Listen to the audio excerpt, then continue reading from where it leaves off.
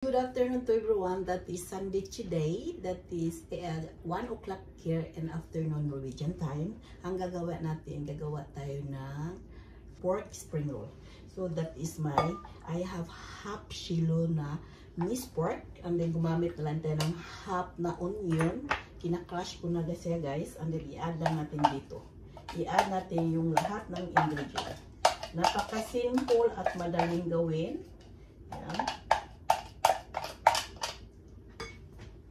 4 carrots cut into the small bite. Yung ginamit ko yung yung little bit handmade na yung pang-cut.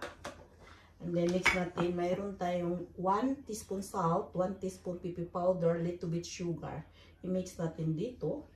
Of course, mag-additional tayo ng oyster sauce. Tansya lang oyster sauce, guys. And is of course with I have here the sesame oil. And oil. Yes, Otto.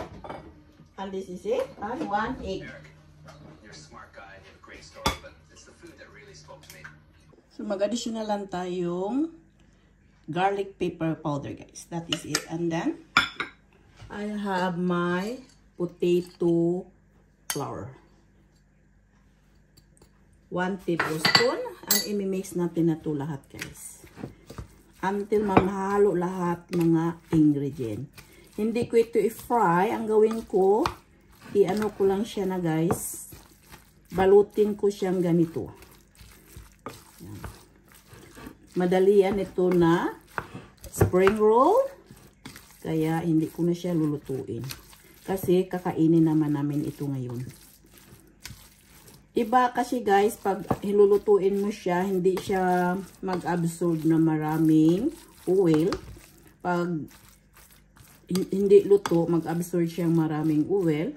Pero pag gawa kayo ng ganito na madalian, so pwede na lang niyo balutin directly yung karne na hindi na kailangan pa na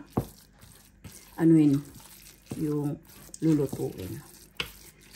So, nahalo na natin lahat ng mga ingredient. Nasa sa inyo na guys, tikman lang ninyo kung ang lasa is good. Yeah. So that is mix na natin, ibalot na natin guys.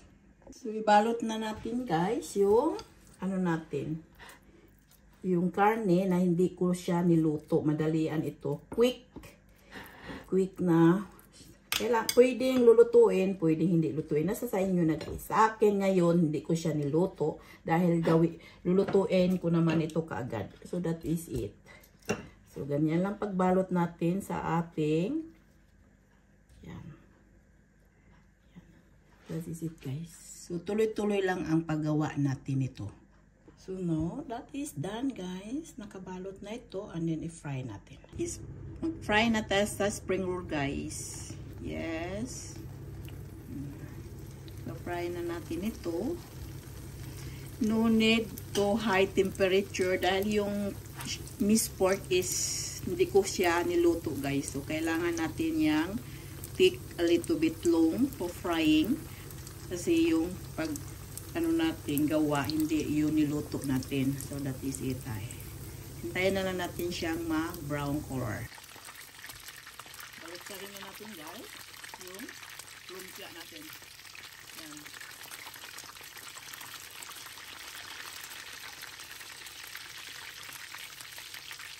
I-ano natin sa number 7 guys, parang hindi siya maluto kagad kasi yung sa loob hindi ko siya niluto.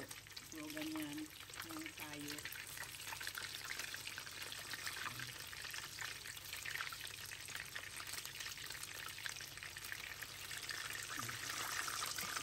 Continue frying. Spring roll is ready to serve. It's done.